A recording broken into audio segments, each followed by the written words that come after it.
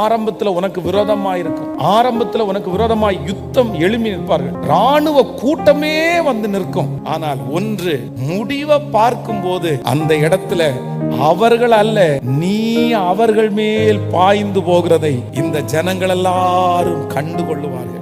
ஆண்டவருடைய பிள்ளைகளை, இல்ல நான் ஒரு நாளாவது நான் ஜெயிக்க மாட்டேனா? இவ்வளவு பெரிய கூட்டம் என் மேல் வந்து நிற்கிறது, நான் எப்படி ஜெயிப்பேன்?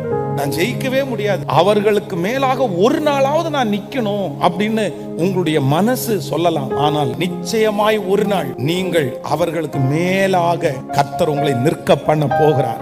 அவர்களை பார்க்கலும் பராக்கிரமசாலிகளாய் கர்த்தர் நிற்க பண்ண போகிறார். எவ்வளவு பெரிய மனிதர்கள் வந்தாலும் கர்த்தர் சொல்கிறார், ஒரு நாள் அவர்களை ஜெயம் எடுக்கிறதற்கு நான் உன்னை அபிஷேகத்தினாலே நிரப்புவேன், கிருபையினாலே நிரப்புவேன். அதற்கு வேண்டிய பலனை கர்த்தர் உங்களுக்கு தருவார்.